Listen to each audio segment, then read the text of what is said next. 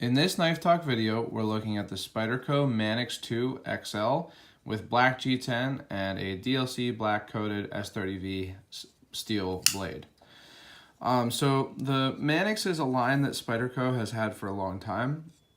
They had an older version that had a backlock, and I think that they're coming back out with that. You know, if you prefer a backlock, that's always an option also, or I guess not always, they're just coming out with it now. But it's kind of a long-standing line for Spyderco, and this is the extra large version. So I don't have a normal Manix 2 to compare it to, but basically if you are familiar with the Manix XL is just an elongated version of it. So it is a little taller this way and in the blade, but not too much. It's mostly just elongated in the blade and then in the handle, and I'll talk about that later. But the blade is about 3 3/4 inches overall, and it has almost a 3.5 inch edge, but not quite. It has the kind of classic Spyderco leaf-shaped blade that the Manix 2 normal size also has, and it's a really useful blade shape.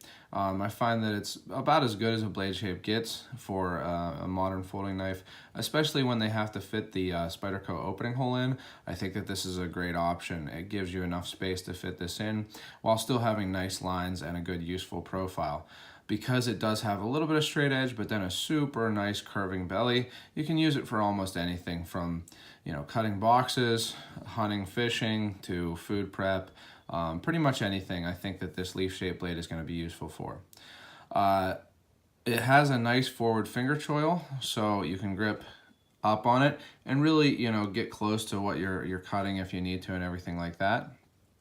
The Spyderco round hole on this knife is pretty big. It's definitely enlarged over some of their other models, and it makes it really easy to open. So you can, you know, open it normal manually, you can flick it open, you can spider flick it open, lots of ways. Really nice opening hole. It's a little bigger than normal, so it's really easy to use. It has the cage ball bearing lock, which is a really cool lock. It's proprietary to Spyderco. One cool thing you can see about it is that it just requires this metal back strap. Doesn't need it the whole way, so makes it nice and strong up at the pivot where any of the real, you know, damage might happen from really hard use. So it's real strong up there, but then you can, you know, wash it out and everything down here. The cage ball bearing lock is very similar to an axis lock, or really all the different kinds of plunge locks. More similar to a plunge lock because unlike the axis lock, it has a coil spring. So the axis lock has what they call omega springs, which are a long coil like this direction. And I do think that that kind of spring is less reliable and more likely to break than a coil spring because of how they compress. So those ones compress to a coil, and then when you unlock it, it you know, uncompresses. This one is, to keep it open and closed, it is uncompressing. So you only compress it when you close it, right?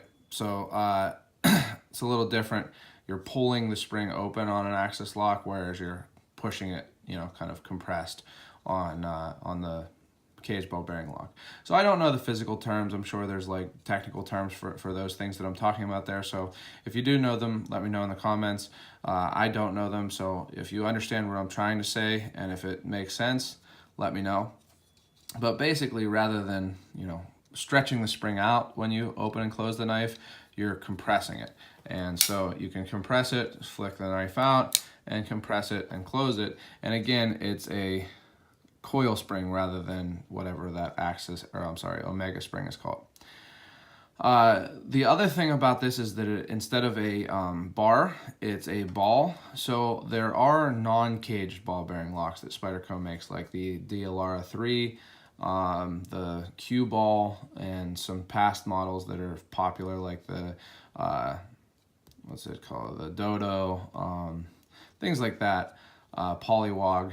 And so those ones have the same lock, but instead of having this polymer cage over the ball, there's just a ball in there, and you pull on the ball itself, and that, you know, disengages the lock and allows you to open it and close it. I think that some people found the ball to be too slippery. I never really had a problem with that on the Dodo that I had, but I can see how that would happen. The one thing I don't like about the fact that it's a cage ball bearing lock is that the cage is polymer, and I can see, because it does, you can see that it sticks out a little bit. I could see, you know, the cage breaking, and if the cage broke, you couldn't really close the knife because the area is a little bit thinner on this than on the ones that don't have the cage. So I don't know that your fingers would be able to reach inside and get a hold of the ball that engages with the tang of the knife to lock it. You could probably do it with like a pencil or something like that, but that is something, you know, I do think that this could break, the polymer cage could break, so something to be aware of, but if it does, they'll fix it, you know. But really easy to use. I like the lock. I think it's a very, very strong lock. You can see that there's this pin here, and then there's another pin up here, I believe. They hold this back strap in place, and the ball engages between this back strap and the what is this? The tang of the knife. So it engages there. This coil spring is trying to get back to full extension and holds itself in between the tang of the knife and the back strap. I don't think that this knife is going to unlock. I think that it will break before the lock breaks. I think that the blade, especially right here where the spider hole is, or the pivot, will break before the lock does. So a really strong lock. It's one that I definitely, as long as the cage remains intact, I really don't think you're going to break this lock or make it fail. I think it's a really well-designed lock and an underappreciated lock. Some people say that the Axis lock is like easier to use. I don't know about that. I think that you can use the Axis lock with one finger like that. Obviously, as you can see, you can use the cage ball bearing lock with one finger. So I've done it with, you know, both just my thumb and just my index finger. So you can do it. It's a little bit more difficult, but I do think that the because it's a bar rather than a ball, when you use this the Axis lock with one finger, it puts more strain on one string than the other. Or I'm sorry, not one string, one spring than the other. So that's something to be aware of if you like to do that. Now, again, if you use both fingers, it's super easy to open and close this knife, you know. So I guess my thoughts on the cage ball bearing lock are, I like it. I think that it's a really sturdy lock. I think that it's slightly underappreciated. So I really like the cage ball bearing lock, and I think that it's a good lock for a knife like this that's the XL version. So, you know, you might get this knife because you like the Manix II, but you want a bigger, more, you know, sturdy or hard use version. And I think that the cage ball bearing lock definitely is strong enough for both sizes. So moving on to the handle, one interesting thing about the fact that this is the XL is that they actually didn't extend the handle, or they did extend the handle. They didn't extend the grip length at all over the normal Manix. So there's pictures online. I don't have a Manix to compare it to, but this grip length is actually the same, if not slightly less, because it turns up here a lot more than on the Manix, than on the Manix. So they didn't actually extend the available grip area for the main grip area. They just extended the butt of the knife. That's something that Spyderco does on other knives. The military and the paramilitary, you know, not too different grip lengths. The paramilitary 2 grip length is too small for my hand because it has such a big upturn towards the butt of the knife. I haven't tried a paramilitary 3, but it actually looks like it might be more comfortable in the hand because it has less of an upturn towards the butt of the handle. But the Manix here, same grip size, except it's upturned more, so I think it might be a little bit smaller, but it does still feel pretty good in the hand. I think that I've had Manixes before, and my hands might have been a little bit, you know, fatter then or something, and it didn't feel great in the hand. This feels pretty good. It does have a lot of jimping, as you can see. I think it's made to really, you know, hold it in your hand. Lots of jimping down here, and then there's some up here, some right here.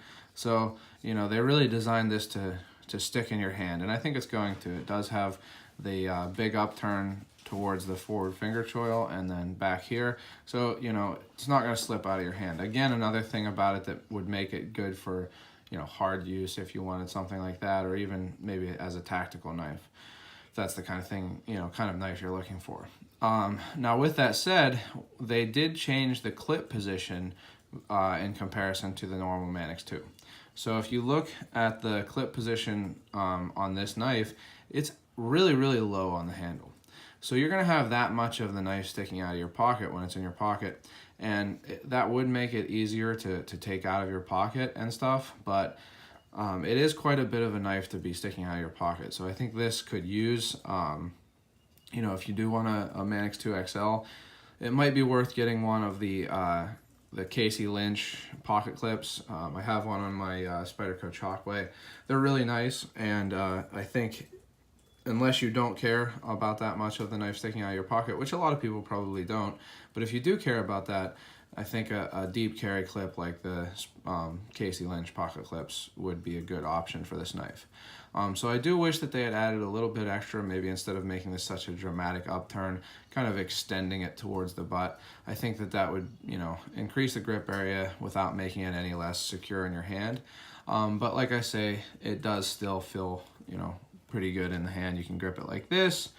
You can grip it up at the forward finger choil. You can certainly pinch grip it. Most knives you can pinch grip, and that's usually actually how you're going to use a knife, either like this or like this. So this kind of hammer grip isn't quite as realistic, but that's how you often check the ergonomics of a knife. But this is more realistic. This is more realistic. So feels fine in the hand. If you are getting it for like a tactical kind of knife, you could definitely hold it like this. That feels fine also. So overall, a pretty ergonomic handle, although it will sit kind of high in your pocket. So again, to kind of sum it up, the Manix II XL is just an elongated version of the Manix II, and with the cage ball bearing lock and this G10 version, which has steel liners, which I don't know how much strength that adds, but it does give it a sturdier feel to it just because it's heavier. It's gonna be a knife that if you like the Manix line but want something a little bigger that'll be able to handle bigger cutting tasks or maybe be a little bit sturdier, the Manix II XL would be a good option. So if you've enjoyed this video, go ahead and like it, and if you have any questions or comments, you can leave them below. I try to answer all of them if I can, and look out for my other videos. I have over 100 other videos. Got more coming out, so if you'd like to get notifications for when I do post those, go ahead and subscribe to my channel, and otherwise don't forget to go out and do good.